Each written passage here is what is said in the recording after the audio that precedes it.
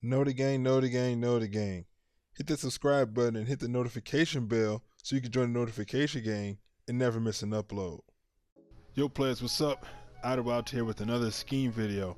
Today we're going to talk about a specific route that can complement your schemes. It's not going to be a dominant route. It's not overpowered. It's not like a can't stop play. It's something that if you throw into your schemes every once in a while and in your games when the situation is right, you're definitely going to gain a lot of yards and you're going to be able to confuse your opponent and keep him on their toes. And the route that I'm talking about is the wheel route that comes from receivers and tight ends.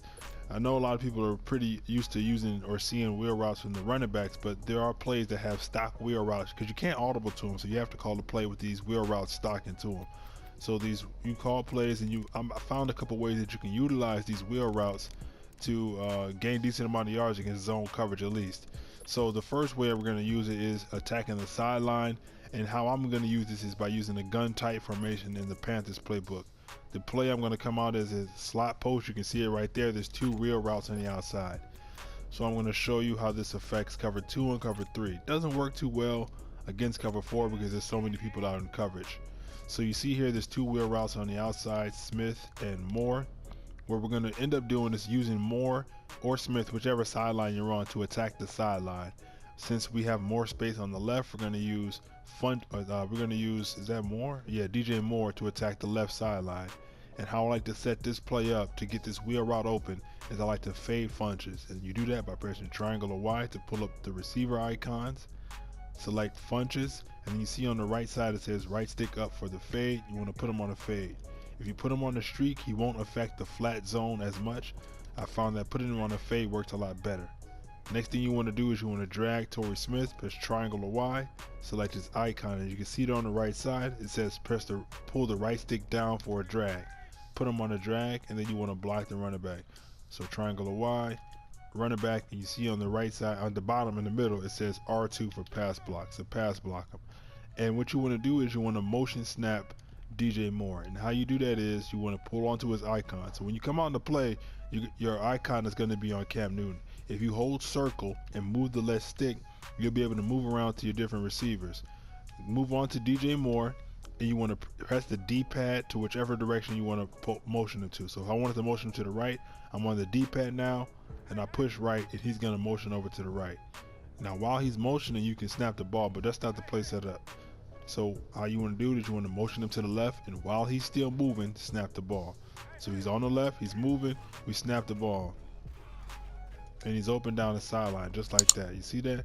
And that's because the deep third corner, we could take a look at it. The deep third corner is kind of occupied with that fade, and so is the flat defender kind of is occupied with the fade as well. But when that drag comes through, that pulls the flat defender, which I believe is Earl Thomas on this play, down a little bit. So you see he's on the wheel route initially, but he gets pulled back inside. And you see he's coming back a little bit. It kind of looks like he's trying to guard the fade a little bit, and then he comes down for this he comes down to this drag, and at that point we throw it over his head to the sideline. Simple as that. Let's go into a different cover 3, because that one's a little bit different than the one I was practicing on. It still worked, as you can tell. It was wide open, but I like it better when the linebackers are coming out in a cover 3. So let's go cover 3, sky press. I can't remember which cover 3 I was on before. That worked as well, but you see here he's coming out. That's what I like to see. It's still Earl Thomas out there in this flat, so it doesn't even matter. That's what I like to see. I like to see the wide open sideline. It works the other way too, but you see, catching the ball is obviously all up to the receivers. You can possess it, catch it, aggressive catch it, but the point is he's getting wide open down the sideline against cover 3. That's a little bit better. I had to get a little bit better pass lead, but you see that right there. Now let's try this. The same thing against hard flats. Your opponent's going to think he's attacking me a little bit low. Let me put these hard flats out there to stop that real quick. Let me put these hard flats out there. Doesn't matter. Against hard flats, all you want to do is just wait just a little bit longer so that the wheel route can clear the flat. Same setup. Motion snap him. The hard flat's going to come out there and go short. You wait till he clears, and you see how there's open room on the sideline right there. We got sacked, but that's beyond the point. The point is we got him open down the sideline to where we can throw a pass lead left, just like this, just like that. wide open. And if you got good juke moves, you can probably get it in for a touchdown. But I like that you can use this wheel route just like this, and it's not something you want to throw every single play. It's something that you throw in every once in a while to keep your opponents on his toes, so he isn't running the same coverage over and over again. So that's one from the gun tight formation. We're gonna switch sides. We're gonna switch to the Seahawks so that we can look at a wheel route from a wide receiver from a different formation. So I'm out here in the Seahawks playbook, and I'm in the formation, the gun wide trips weak, and the plays I'm in, I believe it's like a wide curl play or something like that. But you see, the route that we're gonna focus on is this wheel route here by Brown. You want to use these plays when the outside linebacker is going into the flats. So you see this linebacker here is going to go into the flats, and that's what we're trying to attack, is the area in between this linebacker and this linebacker in zone. It's going to hit like the seam. It's like the seam of the cover 3, which is a weakness to the cover 3.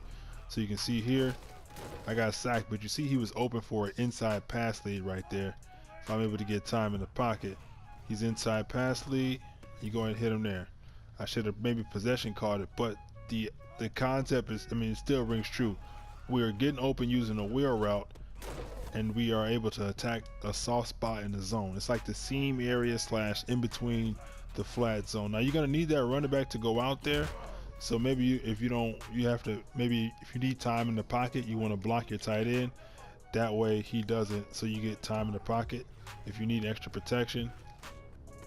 But it's getting under this corner, and it's getting in between like the linebacker and the two linebackers, as I'm saying.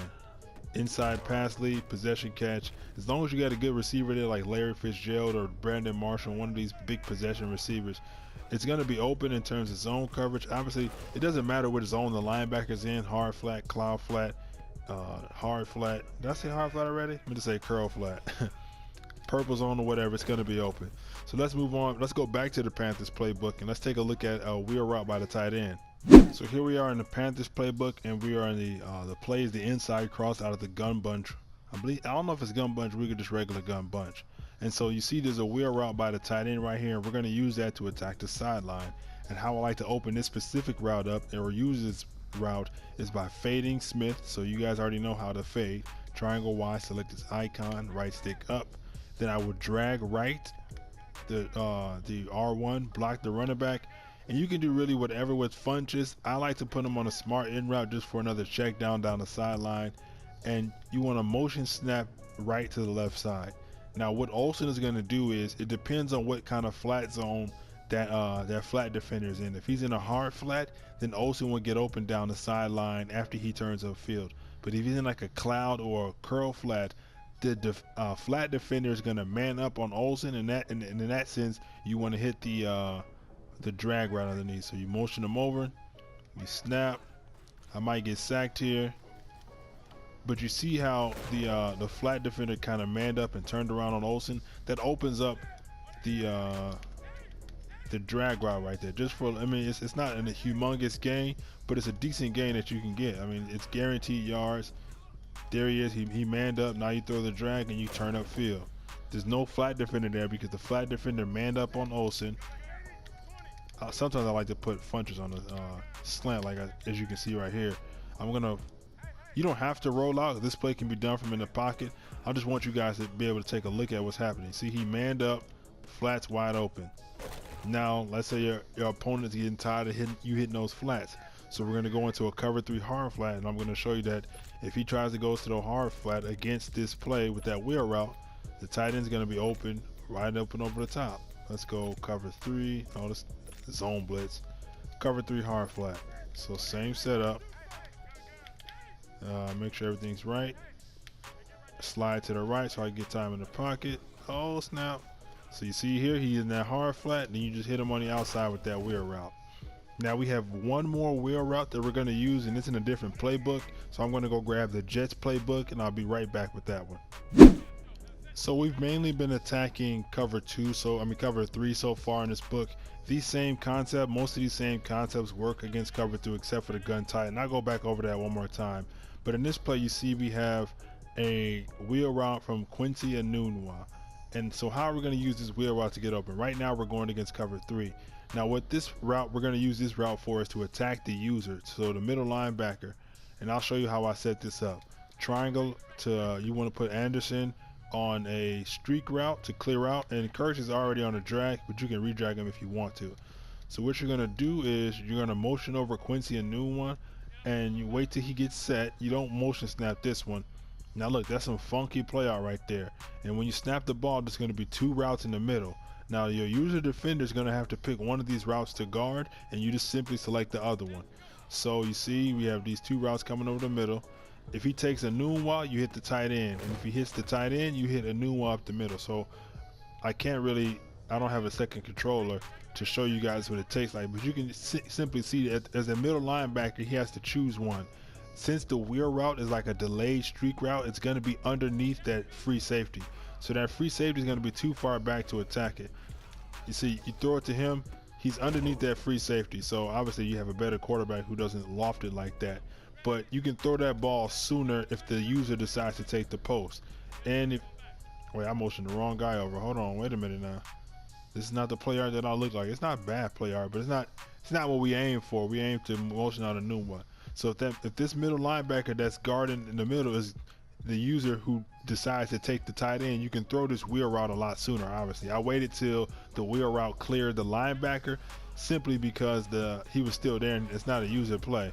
But you can see in terms of just spots in the zone, those two, there's no zone that'll cover those two routes by themselves. So the user has to make a decision in guarding these routes. So let's take a look here. Zoom out a little bit. I don't want to be on Chris Conti, if that is Chris Conti. So you see the safety here. Now there's no one here in this zone. So either the user has to guard this or he has to man somebody up. And so if he takes the tight end, then it's going to leave this route wide open, and this route is not deep enough for the free safety to, look how far the safety is. And if you throw it to the inside, that leaves it at this corner at a disadvantage to get it. So there's no zone that's going to come pick this ball off. The user has to make a decision between the wheel route and the post. And obviously you don't want this to be your primary play. I mean, it could be a nice complement to what you have, but specifically in this formation, you see you have the HB toss here. So let's go again to cover 3. And you can just simply, which one was it? New one was the motion. So you can simply motion over here. Your opponent thinks you're going to go for that, and then you just toss the ball out. Make your plays down there. So obviously these wheel routes aren't overbearing. They're not super overpowered. I said I was going to show you against cover 2 and cover 3, but the video is getting a little bit long. So you're going to take what I showed you against the cover 3 pretty much and use that, and I'll make another video about how to use these wheel routes and how to attack cover 2 in a separate type of way. But I hope that you guys learned something. I appreciate you guys showing up. If you learned something, new, if you're gonna add these to your arsenal, let me know by hitting that like button. It really helps the channel out, man. It helps me out. It shows that, it lets me know that I'm making good content for you guys. Appreciate you guys. I'll see you guys around next time. Peace.